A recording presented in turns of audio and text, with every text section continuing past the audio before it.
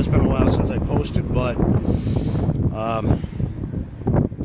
we are up on a restaurant, and I was having problems with this train unit going off on head pressure. Well, you know, I do commercial, but not a lot of it.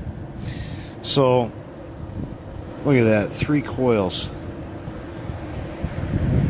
2 compressors.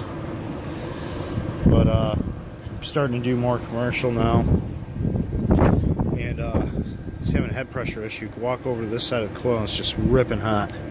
So just get this spread apart, and the thing was totally clogged on this side. So and that's all the stuff that came out of it.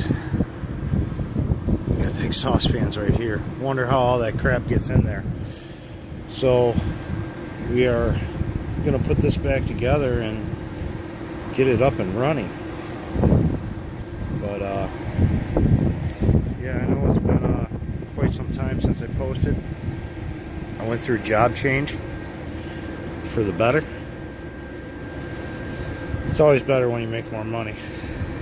So I'll start posting a few more videos, you know, as I get some more time here with the new company.